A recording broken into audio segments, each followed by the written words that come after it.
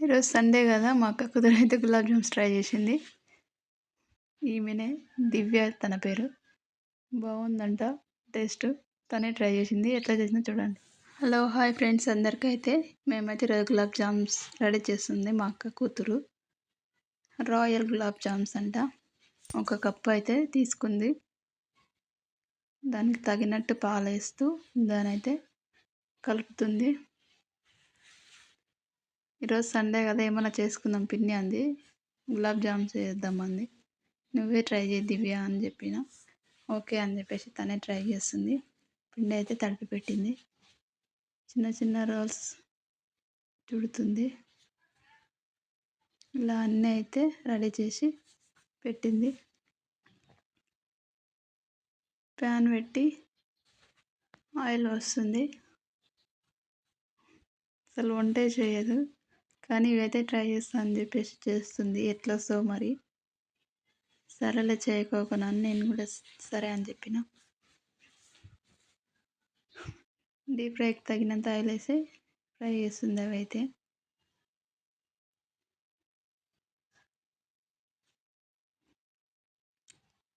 అవి కొంచెం ఎందుకో కొంచెం తేడాగా అనిపిస్తున్నాయి.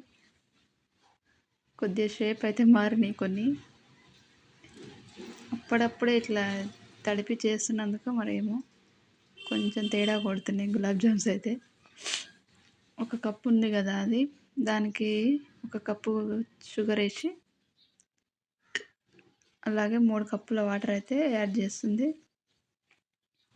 స్వీట్ ఎక్కువ కావాలనుకుంటే ఇంకా కొంచెం చక్కెర వేసుకుంటే బాగుంటుంది. ఇలాచీలు వేస్తుంది.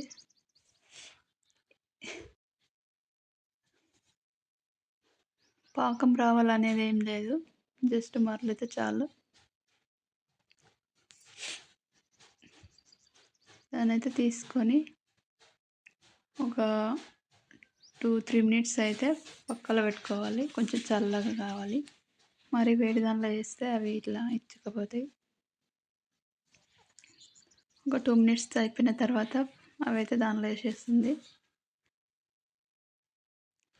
అన్నీ దానిలో వేసేసి ఇంకా డ్రై ఫ్రూట్స్ అవన్నీ వేస్తే బాగుంటుండే.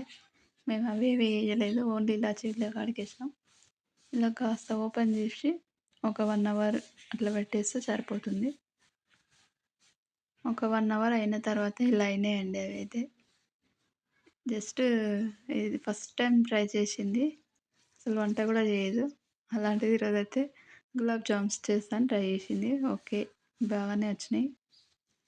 తనే టేస్ట్ చేసి ఎట్లుందో చూస్తాను టేస్ట్ చేసింది. ఈమె దివ్య. ప్లీజ్ సబ్స్క్రైబ్ మై ఛానల్ అండి, Lakshmi Swathi YouTube channel. Please subscribe. Thank